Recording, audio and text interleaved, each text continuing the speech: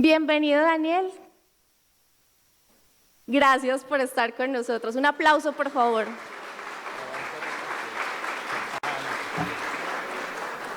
Bueno, no. Sí, ya. Muchas gracias a todos ustedes por compartir este espacio con nosotros. Gracias, Alegra, por la invitación. Y un saludo muy especial a las personas que nos acompañan online. Entonces, bueno, vamos a hablar de abuso tributario, que a veces uno lo ve como tema alejado, muy sofisticado, que de pronto eso no le toca a uno, hasta que de pronto sí le llega. Hasta que de pronto un funcionario de la DIAN se da cuenta de algo sospechoso, abre los ojos y entonces dice, ¿y aquí qué pasó? Entonces, para hablar de abuso, lo primero que tenemos que pensar es por qué uno llega al abuso. Y ahí retrocede un paso y aparece es la planeación tributaria, que quizás todos nosotros conocemos. Y lo resumimos en este dibujito. Entonces tenemos un contribuyente que tiene dos opciones para desarrollar un negocio. Ahí. Era esto, se ve chiquitín, pero bueno, listo. Entonces tiene dos opciones para desarrollar un negocio, que es el que está aquí abajo. Opción A le cuesta 100 pesos de impuesto. Y opción B le cuesta 50 pesos de impuesto. Y ahí tenemos al amigo del monopolio, triste en este lado y muy contento en la opción B. Entonces uno se pregunta, ¿pero por qué yo tendría que irme por el camino A y no por el camino B? O sea, ¿dónde está la línea de yo tener que pagarle al Estado 100 pesos o poder pagarle solo 50?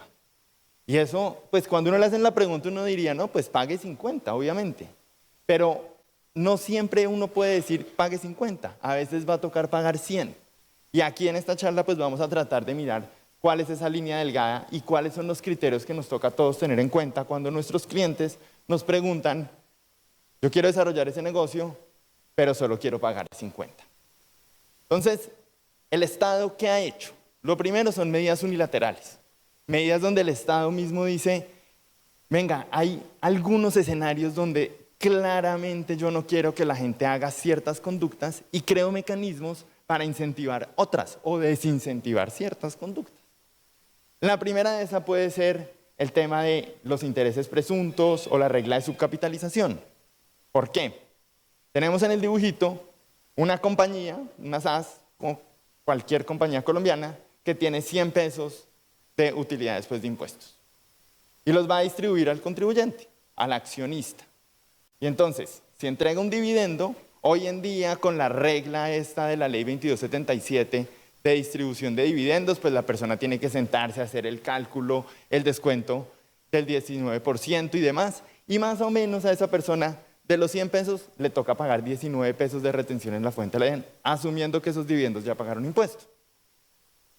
Pero ese cliente nuestro nos dice, no, pero 19 pesos, la compañía ya pagó 35. O sea, me va a quedar sin nada.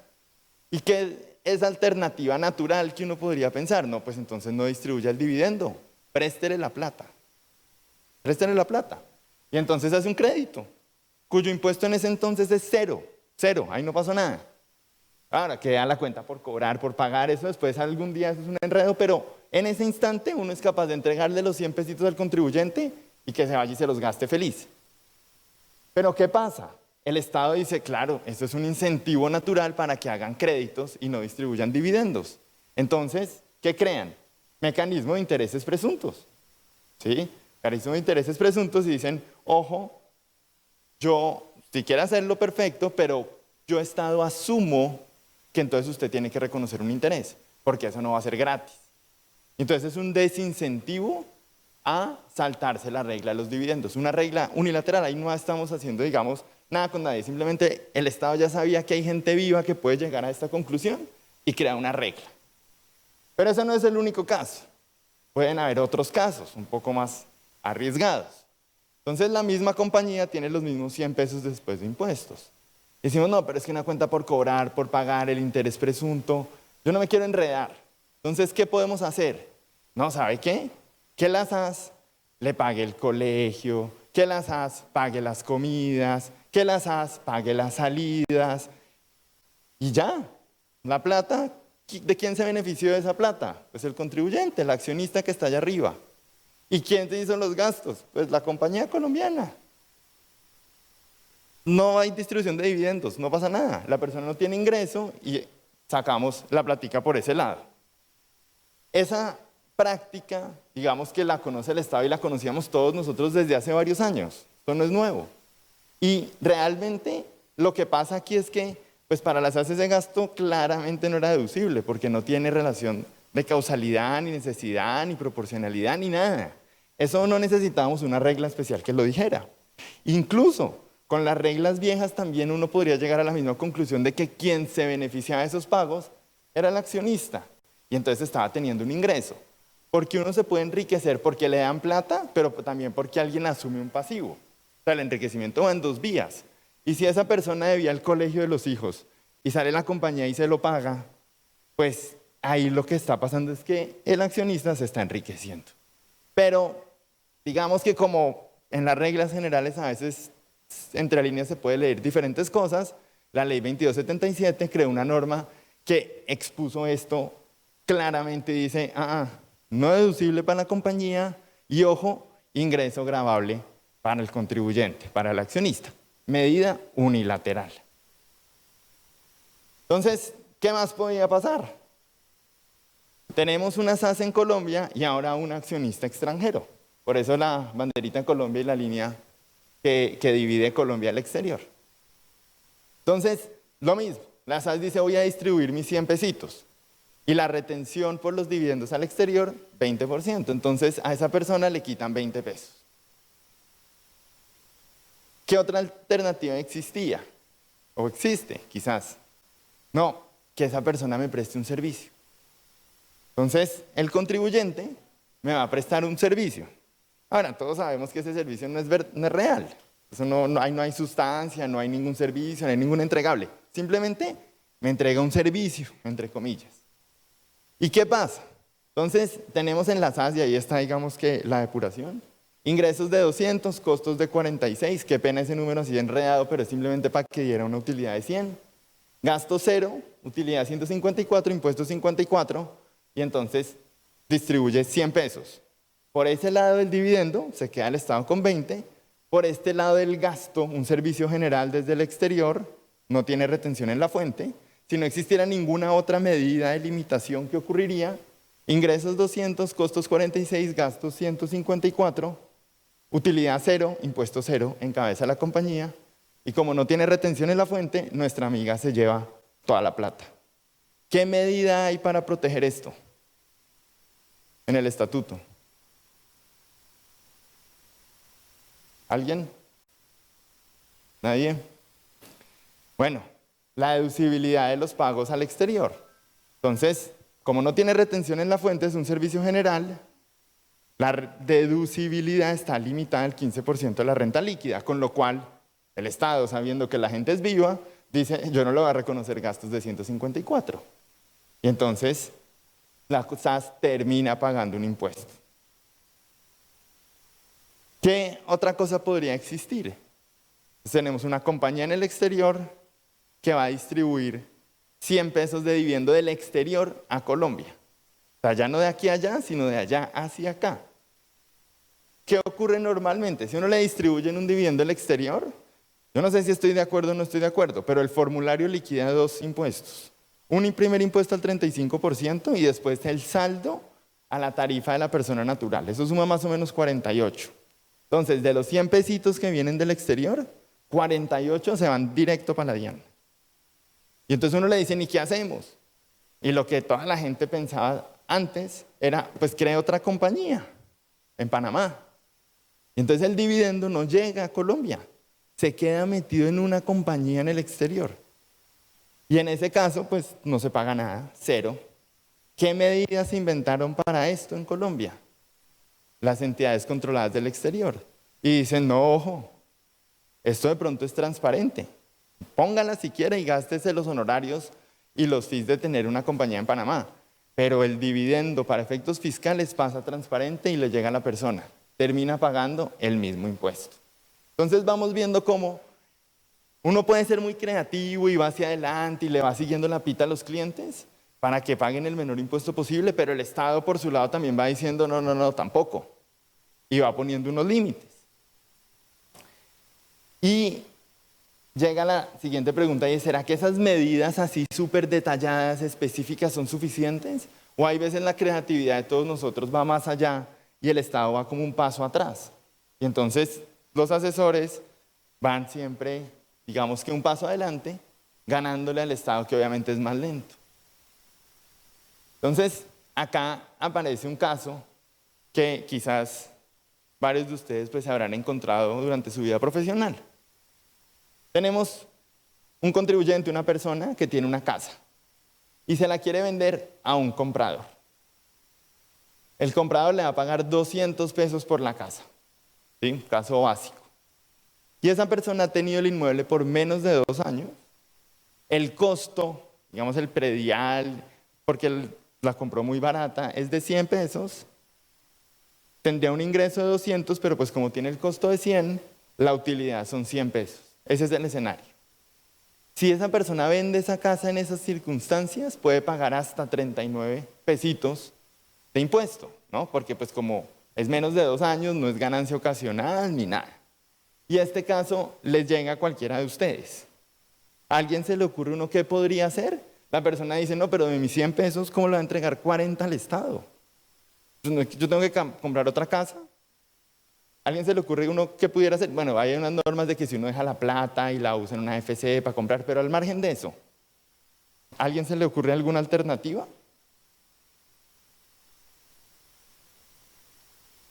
Tan tímidos, el del sabor. Bueno, yo les voy a ir contando. Entonces, primera alternativa, vamos a extender el término de posesión. Porque lo primero que uno ve es que como renta líquida, renta ordinaria es al 39% en este ejemplo. Pero si fuera ganancia ocasional es solo al 15%. Entonces lo primero que uno dice, pero ¿por qué no me espero más de 2 años? Obviamente yo quiero vender ya, eso es lo natural. Y el comprador quiere comprar ya. Y así tiene que ser el negocio en sustancia.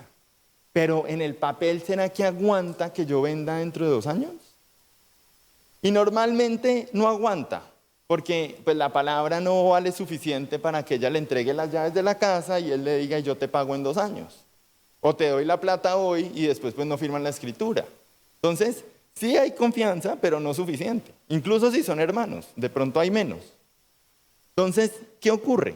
Ahí crean lo que algunas veces de pronto ya hemos oído que son patrimonios autónomos. Entonces uno podría decir, mire, como no nos confiamos suficiente, vendedor y comprador, yo lo voy a vender en 2 años, pero el dueño de la casa no voy a ser yo, va a ser un tercero. Y quien va a manejar la plata por un instante va a ser un tercero, que se llama una fiduciaria. Entonces, creamos un patrimonio autónomo, transparente para efectos fiscales, eso no tiene ningún problema, y el vendedor le aporta el inmueble. Hoy, el comprador coge sus 200 pesitos y se los aporta al inmueble, al patrimonio autónomo. Entonces, en el primer instante el patrimonio autónomo tiene la casa y tiene la plata. ¿Y qué ocurre? La plata se la entrega a nuestra amiga la vendedora y el inmueble se lo guarda, se lo queda.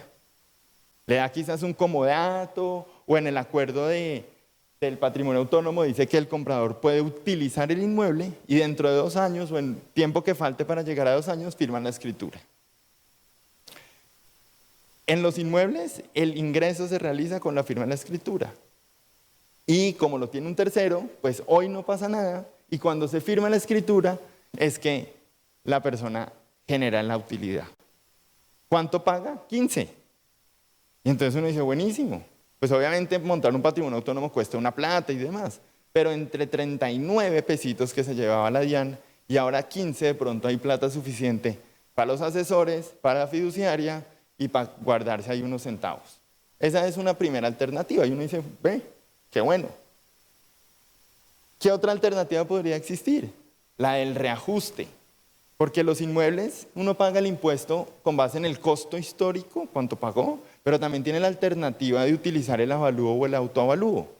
Y entonces lo que pasa es que cuando llega a vender el inmueble, el autoavalúo a veces se demora, de pronto no hay un mecanismo de autoavalúo y toca hacer una autoestimación, y eso pues toma tiempo. Entonces cuando uno está negociando el inmueble, pues no le puede decir, amigo, te lo vendo una vez yo reajuste mi costo. Obviamente eso no lo acepta nadie. Pero podemos hacer exactamente lo mismo metido en un patrimonio autónomo. Y yo reajusto el costo a 200. Cuando vendo, la utilidad se vuelve cero. Ahí ni siquiera habrían los 15 pesos, no habría nada de impuesto. O si no nos gusta una fiduciaria y un patrimonio autónomo, pues tenemos siempre otra alternativa, y eso usemos una SAS. Cada uno aporta lo que tiene que aportar. Yo aporto la casa, la persona aporta la plata y después hacemos una escisión. Partimos la SAS. Y entonces la vendedora se queda con una compañía que debajo tiene la plata y el comprador se queda con una compañía que debajo tiene el inmueble. Impuesto, cero. No hay impuesto. Entonces uno ve estas opciones y obviamente requieren trabajo, obviamente requieren plata, porque montar una SAS, hacer una decisión, montar un patrimonio autónomo, todo eso tiene un esfuerzo económico. Pero eso es un esfuerzo económico, digamos que al final con cargo a la chequera del Estado. Porque si yo me estoy ahorrando 39 pesos en este ejemplo, pues de pronto hay suficiente y hay incentivos para todas las partes de montar este esquema. El vendedor puede decir, no, ¿sabe qué? Yo le bajo un poquito al precio. Y entonces también el comprador gana. Y obviamente esto en 39 pesos uno no le cabe en la cabeza, pero cuando le empieza a poner ceros a la ecuación, pues llama muchísimo la atención. Y esto hasta acá uno dice, ve, buenísimo. O sea, definitivamente estos son los tipos de opciones para no pagar impuestos.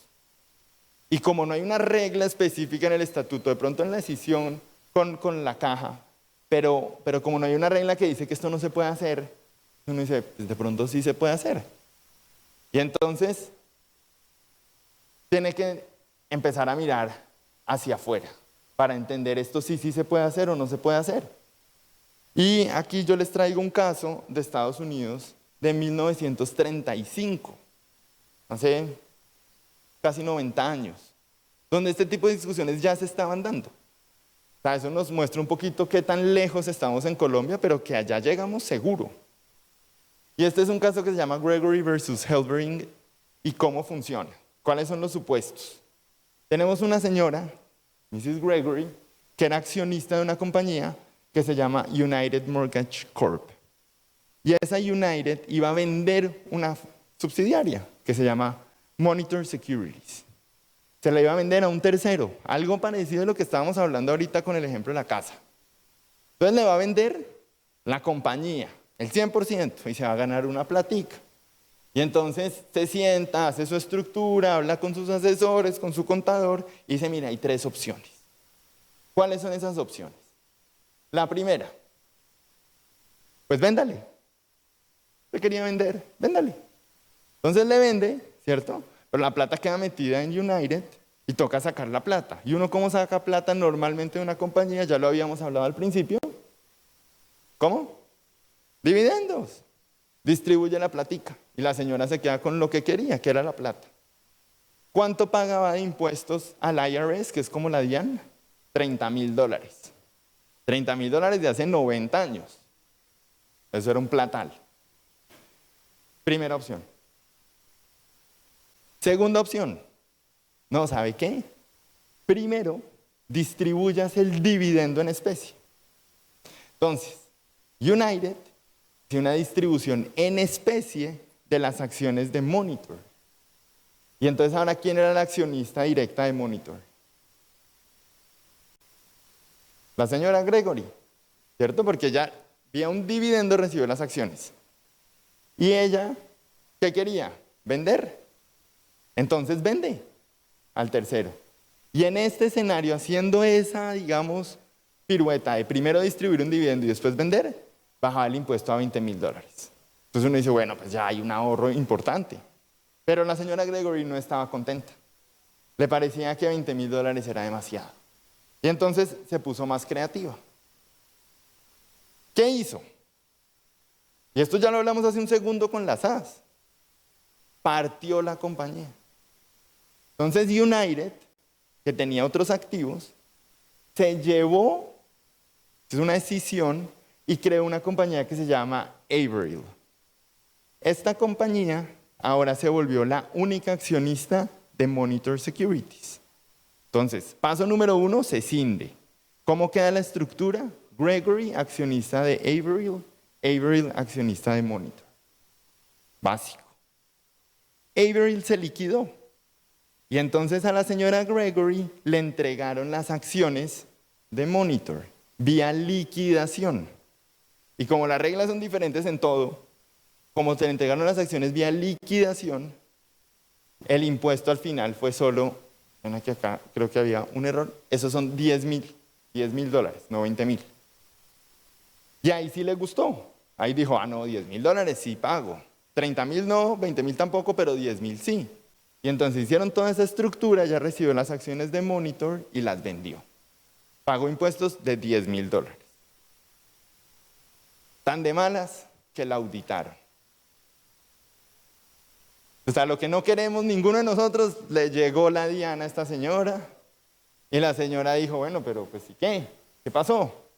Entonces el commissioner, que es la DIAN, dijo, venga, mire, yo me puse a mirar los papeles y demás, y la verdad, es que usted cumplió con todos los requisitos. Todo ese esquema así confuso, enredado, usted cumplió con todo. Pero en sustancia, usted no hizo una decisión. Usted en sustancia lo que entregó fue unos activos que tenía una compañía a un accionista. ¿Y eso cómo se llama? Un dividendo. Usted le dio un dividendo. No, pero es que mire que los papeles y la escritura y ta. No le creo, discutámoslo. Y entonces fueron a la primera instancia. Y la primera instancia le dio la razón a la señora. Dijo, pues sí, es que yo veo todos los papeles y cumplió con todo. No tengo nada que decir. Y entonces, segunda instancia. Y en segunda instancia, el Court of Appeals dijo, no, yo le doy la razón a la DIAN americana. Pero dijo una cosa que es, digamos, curiosa porque nuevamente le dio la razón a la DIAN, pero dijo eso que está ahí resaltado como en agua marina. Cualquiera puede estructurar sus negocios de tal manera que sus impuestos sean lo más bajos posibles, puesto que dicha persona no está obligada a optar por la alternativa en la cual pague un mayor impuesto.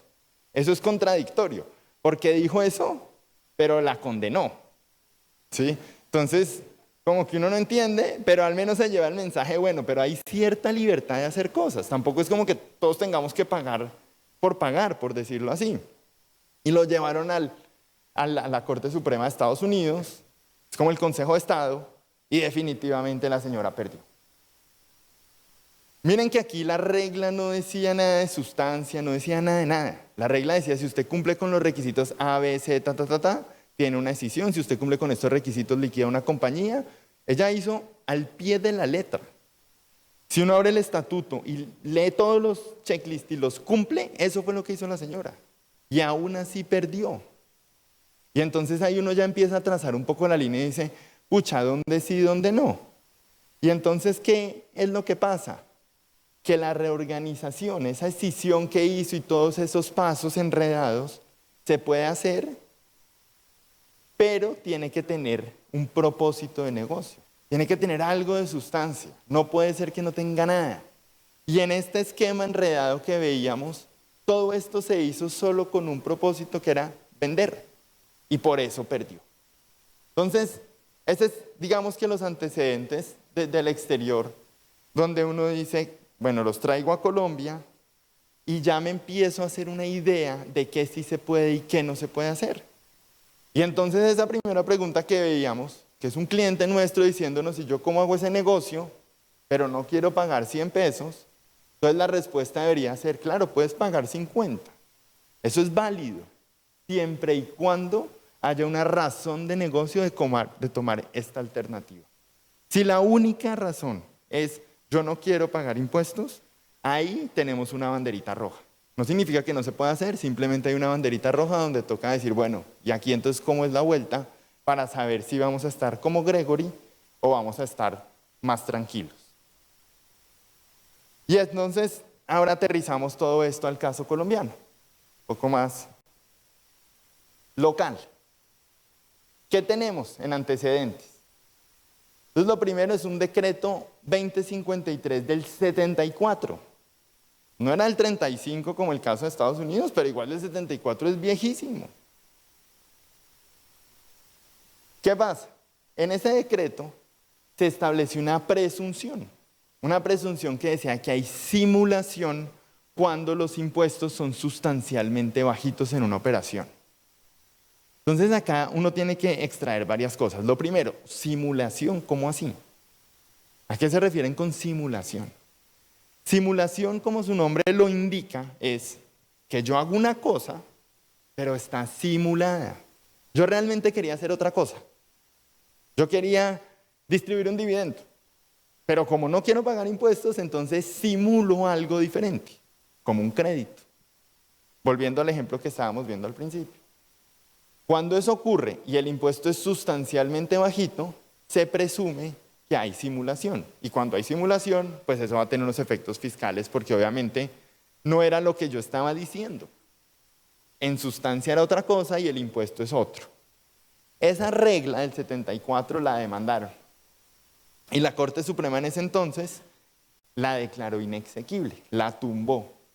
¿Y cuál fue la razón por la cual la tumbó? La tumbó porque dijo que todo lo que no esté prohibido por la ley está permitido para los que no somos funcionarios públicos.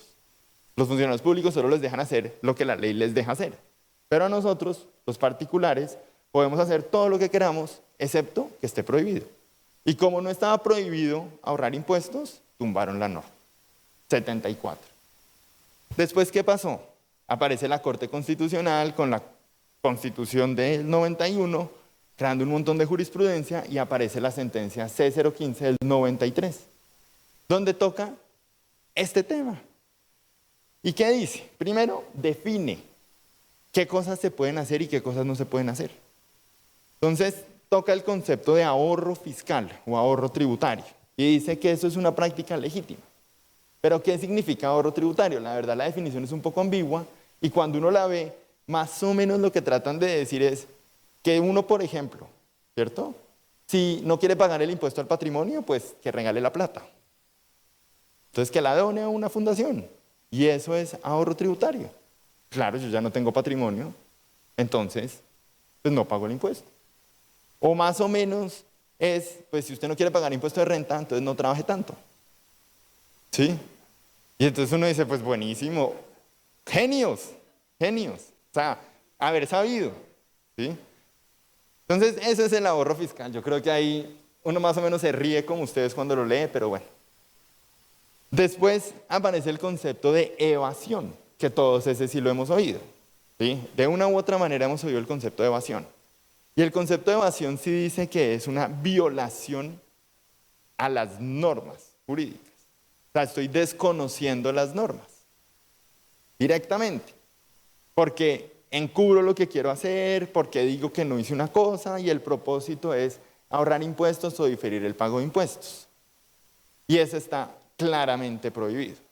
Entonces, no tiene discusión. Trae otro concepto que tal vez también hemos oído, que ya no es evasión, sino elusión. Y una vez es como que hay gente que dice que eso se puede, otros que dicen que no se puede, pero al fin lo que dice la Corte Constitucional es que depende. Se puede, ¿cierto?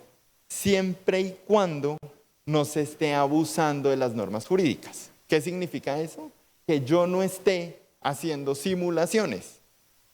Entonces lo dejan a uno ahí como en una zona gris de, bueno, cuándo sí o cuándo no, pero digamos que si yo no abuso de las normas jurídicas, la elusión me dice, hacele.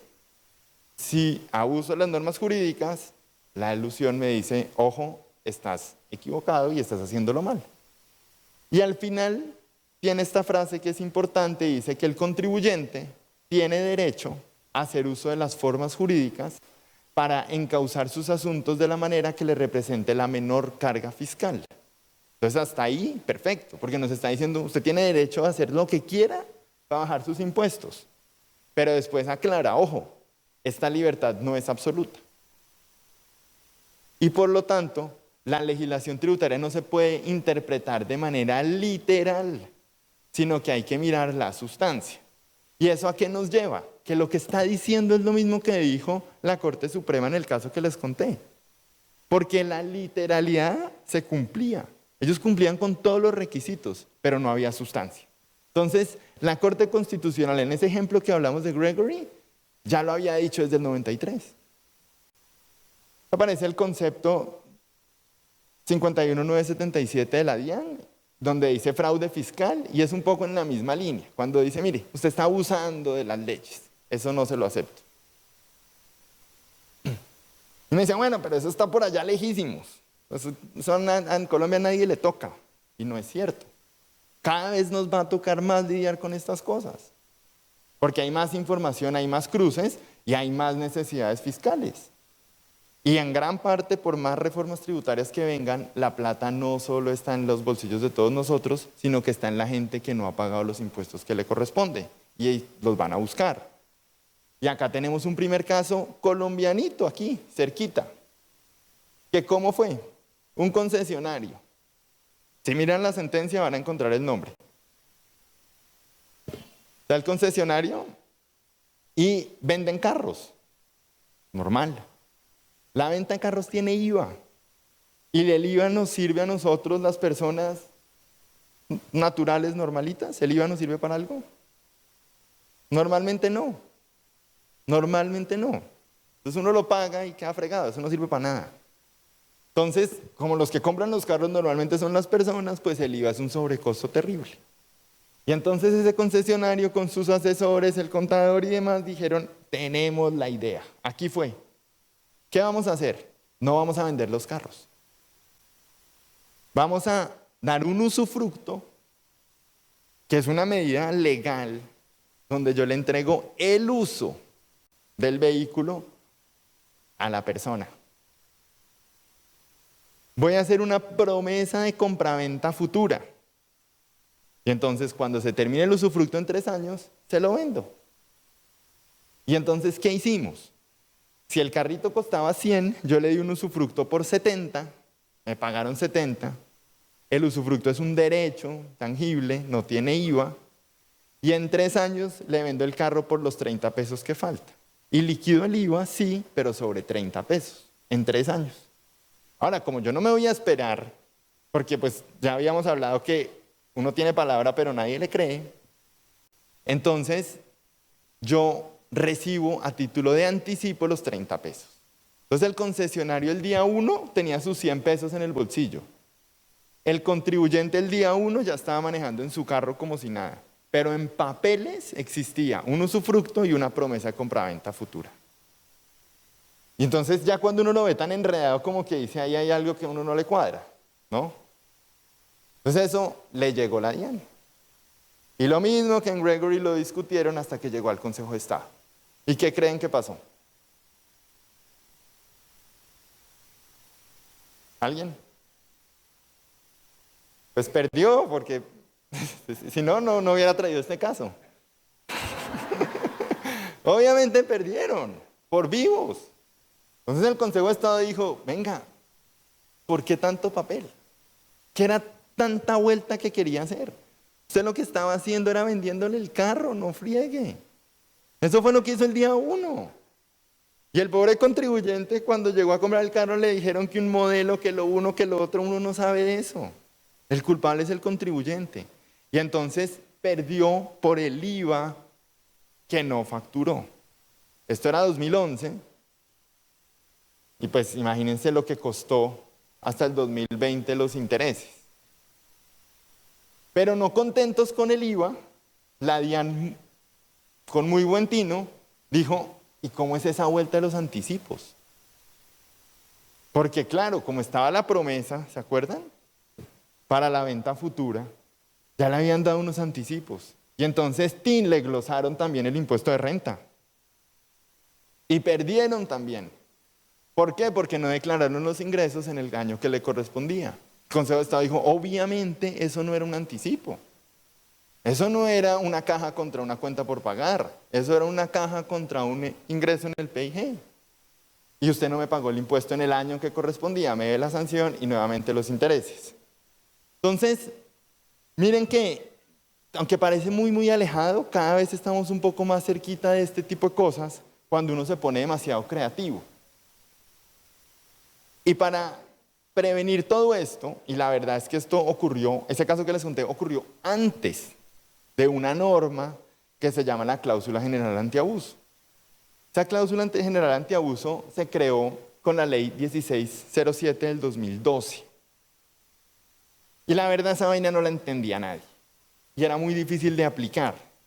Entre otras cosas porque aplicaba a contribuyentes con un patrimonio de más de 9.000 millones de pesos. Entonces, pues era como para casos específicos muy complejos, necesitaba un comité que declarara que había abuso y demás. Y entonces no la aplicaron nunca. Y en el 2016 la ley 1819 la reformó, la eliminó y creó una nueva, que es la que tenemos hoy en día. Y esa norma, pues que ahí están como todos los comentarios, pero ¿qué dice en general? ¿Qué es abuso? Entonces abuso es una operación que involucra el uso de uno o más actos artificiosos que carecen de finalidad económica y que tienen un provecho tributario. Son tres cosas, ¿cierto? Algo que es artificioso, el nombre lo dice, o sea, que no tiene sustancia, que no es verdad, que tiene un provecho económico, que puede ser un ahorro tributario o un diferimiento en el impuesto, ¿cierto? O cambiar, por ejemplo, de renta ordinaria a ganancia ocasional o cualquiera de esas cosas, y que no tiene sustancia económica, o sea, que realmente no lo estoy haciendo porque es que me toca hacerlo para que el negocio funcione, lo estoy haciendo porque me quiero ahorrar el impuesto. Y esa es la norma que tenemos hoy en día. ¿Qué ocurre cuando se encuentra un caso de abuso? Que la DIAN tiene derecho a recaracterizar. O sea, puede decir, usted lo que hizo no fue un usufructo, usted lo que hizo no fue una promesa, usted lo que hizo fue una compraventa, en el ejemplo del carro. Y eso es súper diciente porque tiene un poder extraordinario. Extraordinario decir eso no es eso, esto es otra cosa que sí atiende a la sustancia. Y cuando recaracteriza, por supuesto, siempre va a haber un mayor impuesto. Entonces el contribuyente va a haber un impuesto, va a haber sanciones y va a haber intereses. La sanción además no es la que conocemos del 100%, la sanción es del 160%. Pero tiene un procedimiento especial. Tiene que haber un mini procedimiento tributario antes donde se discute el abuso. Y afortunadamente, el Consejo está en una sentencia del 2021, y nuevamente miren que los años son cerquitos, o sea, esto se está moviendo. Un contribuyente hizo una importación de un activo. Y entonces el IVA, uno lo puede llevar como descuento por activos fijos reales productivos. Pero ese contribuyente que usó el descuento no utilizó la máquina, la utilizó otra compañía del grupo. Y entonces la DIAN, cuando los auditó, dijo, y sanción del 160% porque obviamente estos manes están siendo abusivos. ¿Y qué pasó? El Consejo de Estado dijo, no, ojo, yo no sé si hay abuso o no hay abuso, pero señores DIAN, a usted se le olvidó que hay un procedimiento especial. Y entonces no sancionó al contribuyente con la sanción del 160, sí con la del 100 por supuesto, pero no con la del 160%, porque se incumplió el procedimiento. Y entonces, así como cuando el Consejo de Estado castiga cuando el contribuyente hace las cosas mal, también le pone un freno a la DIAN cuando la DIAN hace lo que quiere. Entonces, el Consejo de Estado, la verdad, en esas sentencias ha sido, digamos que muy certero en decir, en unos casos sí, pero ojo, no es todo lo que diga la DIAN tampoco. O sea, la DIAN se le pone frenos y se los puso el Consejo de Estado en ese caso. Y acá aparece un caso pues muy reciente que le preguntaron a la DIAN si este esquema era abusivo. Y es una persona que tiene, digamos, una casa cuyo costo fiscal son 5.000 millones de pesos. ¿Eso qué significa? Que en su patrimonio hay 5.000 millones de pesos reflejados en una casa. Y le toca pagar impuesto al patrimonio, por supuesto. Pero esa persona dice, no, pero yo voy a pagar impuesto al patrimonio. O sea, no quiero pagar impuesto al patrimonio. Y entonces hay otras dos personas que no tienen patrimonio grande, no tienen nada, y crean una SAS. Las dos personitas que no tienen nada aportan 2.000 pesos y se llevan 2 acciones, cada una. Y la persona que tiene un patrimonio alto aporta una casa que vale 5.000 y recibe una sola acción. Entonces, ¿cuántas acciones hay en la compañía? 5, ¿cierto? ¿Cuál es el patrimonio neto de la compañía? 5.000 millones. Pero pues 5.000 millones y 4.000 pesos. Esos 4.000 se fueron en el certificado de existencia y representación legal. O sea, 5.000 millones, ¿cierto? Pero hay 3 accionistas. Y la persona que más plata tenía solo tiene una acción. Entonces su patrimonio, para efectos del impuesto al patrimonio, por la forma en la que está redactada la norma, le dice, señorita, tú puedes llevar a tu patrimonio los 5.000 de la casa o el costo o el valor intrínseco de la compañía. Como el valor patrimonial neto son 5.000 y hay 5 acciones, cada acción tiene un valor intrínseco de 1.000 millones de pesos. Entonces, en su impuesto al patrimonio, esta señora declara 1.000 millones. Y estos dos amigos, 2.000. Nadie paga impuesto al patrimonio. Con lo que hemos visto, ¿creen que esto está ingenioso y bien? ¿O qué dice el del sabor? Pues la DIAN dijo que no, que obviamente esto era abusivo. Ahora, no significa que todo es abusivo, ¿sí? Lo estábamos hablando. Lo importante sería ver en este tipo de casos por qué una persona aporta 5.000 millones de pesos de una casa y recibe una sola acción. Pueden existir razones. El problema es buscarlas y documentarlas, ¿sí? Ya no basta con decirle, sí, tranquilo, hazle, porque uno sabe que hay ahí algo sospechoso, pero no significa que no se pueda hacer. Esto puede ser la mamá con sus 2 hijos y la compañía es una compañía de planeación patrimonial. O sea, puede tener diferentes razones que seguramente nosotros no conocemos. Eso no lo tiene que decir el cliente. Pero lo importante aquí y el gran mensaje es, no basta con que uno se le ocurra esto en el papel.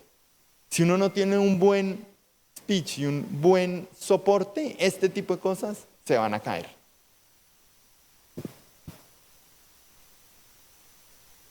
Listo.